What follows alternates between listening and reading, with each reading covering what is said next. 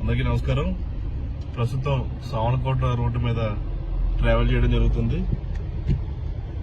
ఇన్ని సంవత్సరాల్లో ఈ రోడ్డుని బాగు చేయడానికి నిజంగా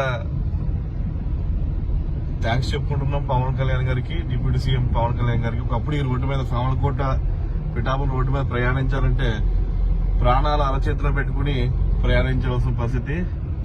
ఎన్నో వందల ప్రాణాలు కోల్పోయారు ఇదే రోడ్డు మీద చాలా మంది. అసలు ఈ రోడ్డుని మృత్యు రోడ్డు అని కూడా అంటారు. ఎన్నో గోతులు, ఎన్నో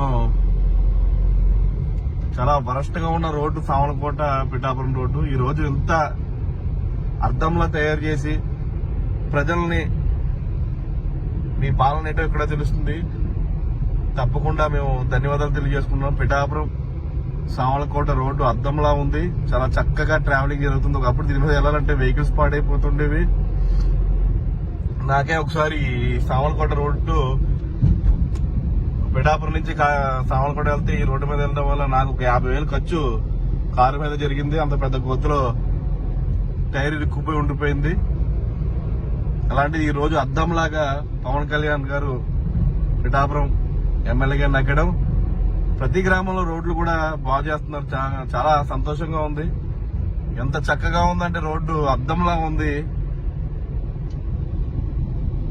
ముఖ్యంగా ఎంతో మంది నేను చూశాను, ఎందుకంటే ఇదే రోడ్లో ఎంతో మంది యాక్సిడెంట్లు అయిపోవడం, ఎంతో మంది ప్రాణాలు కోల్పోవడం, బైక్ మీద వెళ్లి గోతులో పడిపోయి, వర్షాకాలంలో అయితే ఆ గొయ్య నీళ్లతో నిండిపోయి చిన్న గొయ్య అనుకుంటే పెద్ద గొయ్య అవ్వడం, అందులోంచి వెళ్తే చాలా మంది కింద పడిపోయి తలలు పగిలిపోయి చనిపోవడం, ఎంతో మంది వాళ్ళందరినీ కూడా ఈ రోజు ఇంకెవరికి కూడా ఏమవ్వకుండా ఈ రోడ్డుని బాగు చేయడం జరిగింది.